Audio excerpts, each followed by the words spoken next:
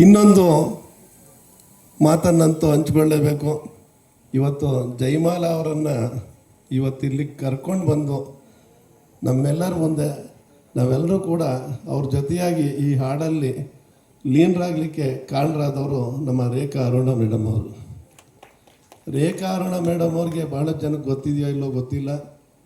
ನಾದಬ್ರಹ್ಮದಂಥ ಒಂದು ಆಡಿಟೋರಿಯಂನ ಗಂಧದ ಗುಡಿ ಸೆಟ್ಟಿಂಗ್ನೇ ಮಾಡಾಕ್ಬಿಟ್ಟಿದ್ರು.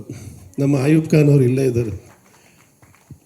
ಫುಲ್ ಸೆಟ್ಟಿಂಗೆ, ನಾನೇನು ಫಿಲಮ್ ಥಿಯೇಟ್ರಿಗೆ ಅಲ್ಲ ಯಾವುದೋ ಕಾಡಿಗೆ ಬಂದಂಗೆ ಆಗೋಯ್ತೇನೋ ಅಂತೇಳಿ ಅಷ್ಟೊಂದು ಅದ್ದೂರಿತನ. ಅದಾದ ನಂತರ ಡಾಕ್ಟರ್ಸ್ ಡೇಗೂ ಅಷ್ಟೇ.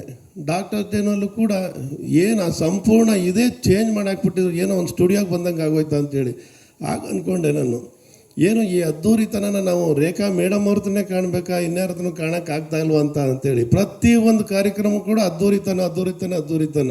ಆ ಅದ್ದೂರಿತನಕ್ಕೆ ಮತ್ತೊಂದು ಹೆಸರು ಅಂತಂದರೆ ನಮ್ಮ ರೇಖಾ ಅರುಣ್ ಅವರು. ಇವತ್ತು ಕೂಡ ಅದರ ಮೂರನೇ ಒಂದು ಇದು ನಾವು ಕಾಣ್ತಾ ಇದ್ದೀವಿ.